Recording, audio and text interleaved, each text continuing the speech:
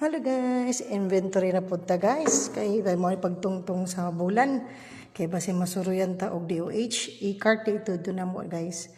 Kailangan siya monitoron kay daghan ang expiration date, kailangan masilan ba jud ang mga labi na ang mga meds, masilan kayo, crucial kayo when it comes to mga meds. Kay monitoron ngon kay na ay ang batch number at saka yung expiration date.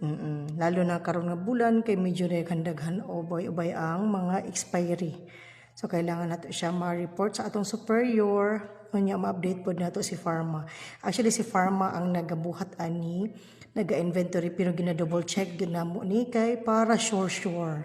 Kay dili wala man jud perfect no na uban makita ni pharma uban pod kami.